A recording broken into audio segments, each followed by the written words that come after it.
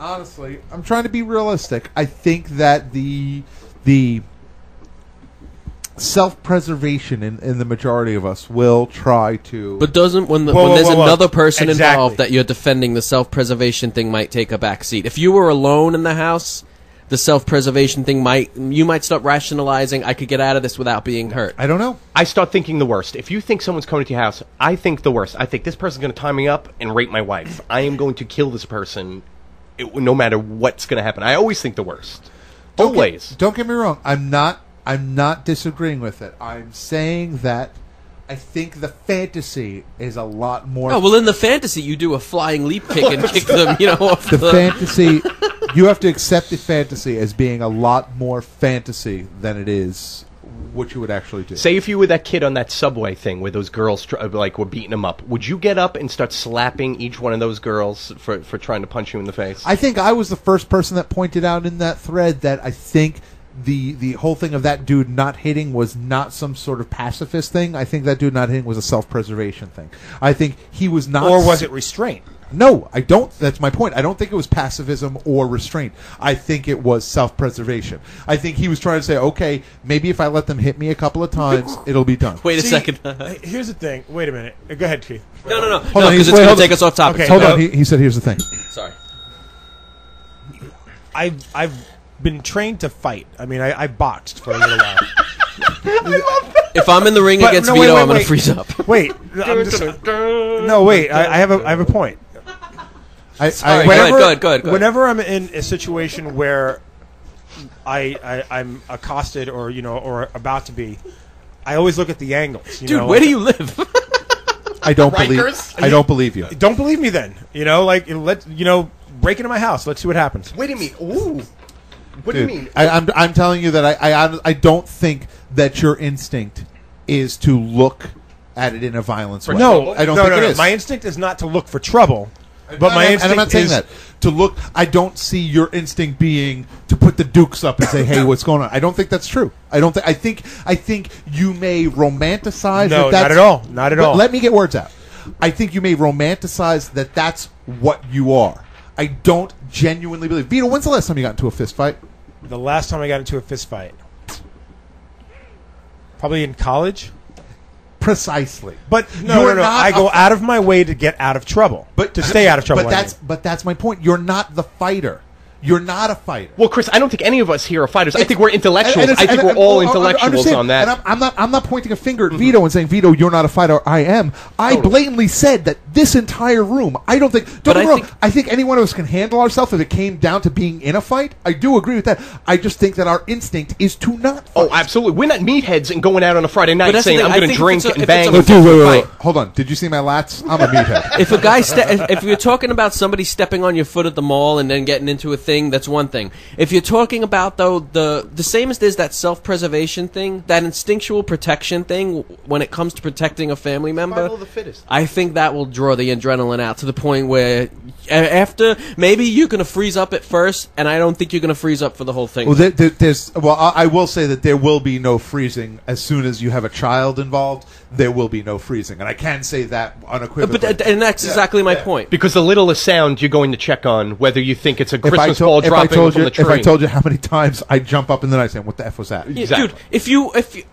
if you wake up and see a guy in your house anywhere near the area where your child sleeps, you're not going to freeze up. You're going to destroy him. But I'm also not the guy who's fantasizing, thinking this dude's going to come in. I'm going to knock him out and do this because I don't. That's not what I meant by that. I meant that like a part of me like dreams about like. And I'm not saying that. I'm just saying. Can I just point out in the chat room that bourgeoisie last night a girl at a local establishment said he walked into the bathroom and overheard a fat indie rock girl say, "Look at this guy." And he stopped, looked her in the eye, and said, "Everybody's got to be some guy, right?" Which I think is great. My new official hero. Oh, yeah, there was a lot of hipsters. I would say he's also the dude who went in with the cane. Like he's going out there. He's taking a sit. I'm just saying, and again, I don't want it to come off like that I'm being attacking Vito because I'm not. I'm just saying, like I think it's a romantic concept. Why don't you and Vito fight? We'll see who wins. Why don't you guys arm wrestle? It's not even a matter. No, Vito's definitely stronger than me. In arm wrestling, really? Definitely. Look at Vito's arms and look at my arms. He's a stronger dude than me. I can't beat any of you in a fight. You can't be what? I can't beat any of you in a fight. I will say that honestly, in a fight. in a straight fight, I take Vito. I think Vito has Everybody. a chance. But outside of him, I kill this room, and I give him a chance. And it's only, and honestly, it's like a 10%er. See, people think that because I'm like fat, because if big fat guys can kick some ass. Well, because if you get a punch in, you got a lot of power. It takes an unbelievable amount of strength to hold up this fat effing frame. It does. And I'm a big fat guy, but I have a feeling my punches would be so incredibly weak. I could do less chin-ups than you, but I guarantee you I can bench press more than you. Oh, Guaranteed. absolutely. Like I said, Vito in his life has taken care of himself, so there is some semblance of strength and training in him. He hasn't in a long time, although now that he's an engaged man, he might be taking care of himself. That was my way of dropping it on the air. Wow, you know what? He never mentioned it 2 hours into the show. I thought I'd drop it out there. I was actually going to say something about my fiance, and it's that Keith keeps a knife by his bed. She keeps a gun by her bed. Hot. She God honestly, bless her. God bless her, because I think that's a brilliant idea. Your girl just got to be so sexy to me. She keeps a gun by her bed, and she knows how to shoot. She's been shooting since she was like 8. Do you guys role play with that real gun? No, That's no, friggin' no. hot. That would be awesome. But You're going to tell me you never lay in bed and say, come on, baby, pull out the gun. No, it's not. That's her bed in Pennsylvania. When she moves here, I'll probably end up. That would be the most erotic thing in the world, to have your girl. And I don't want to be graphic. I never want to be the sexy show, but you laying down and your girl riding you with her gun up over her head might be the sexiest thing in the world. Her taking that gun and pointing it in your face while it's happening. Holy crap! I can't think of anything. You got Goodfellas style. You got two choices. I'm gonna blow your brains out, or you're gonna. I'm gonna blow you or your brains out. Didn't want to go that See, far. as far as but, fighting, though, I think as far as a street fight, if I got into a street fight, I couldn't get to a street fight. I'm not saying I'm a good fighter, but I can easily stab someone that walks into my house. Like if I got into a fight like over a parking easily. spot. Just so you understand. Well, if I got into a fight with a parking spot, I'd probably tell the guy, I don't even drive. Why are you messing with me? Just so you understand, the dude who's coming into your Probably house has a gun.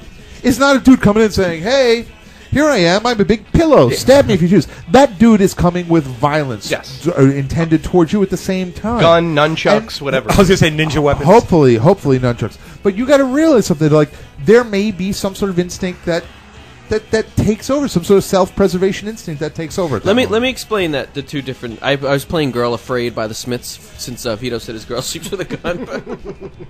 I don't know how well that worked out, but it says question for Vito. I can't read. Wow.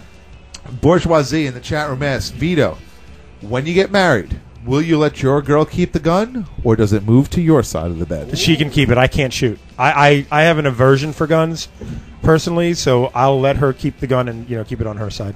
Aversion towards guns? Yeah, I have a fascination with them, but at the same time, I'm afraid of them at the same time, so I don't really want to have a gun in my hand. I've been obsessed with wanting to have a gun in my house always. Really? I have a little bit of a record that maybe might prevent me from ever getting one, and I'm not willing to pay the money that it costs to apply and then get denied, so I never did. And now that I have a kid, I don't want a gun in my house with my kid. I'm afraid I'll shoot my wife. I'm not.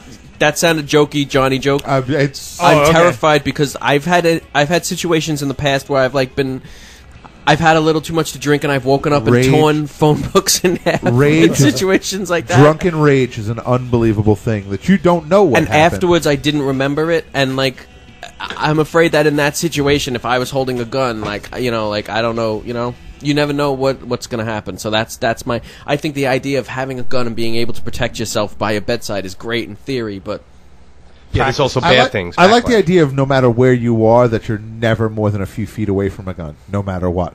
Like just in case you need it, that it's there. I think that's a brilliant idea. But like I said, having a kid in the house is impossible. Do you have a gun in this house? You don't have a gun? Absolutely in this not. house? No, I don't. Well, I was just talking about. I don't have. I would like to have a license to get a gun, but because of my record, my legal record that exists, I think I would probably get denied of one, and I don't want to pay the money to get denied because you don't get that money back. They say kids that grow up in a family with guns, hunters and stuff, are less likely to shoot themselves. A family that shoots together stays together. Totally. That's what I say. You have to teach your kids about guns. It can't be a taboo thing where you're hiding it from them and this is a bad thing. You have to say this is a good thing and teach them about it. By the way, Bourgeoisie prefers to kill with his bare hands.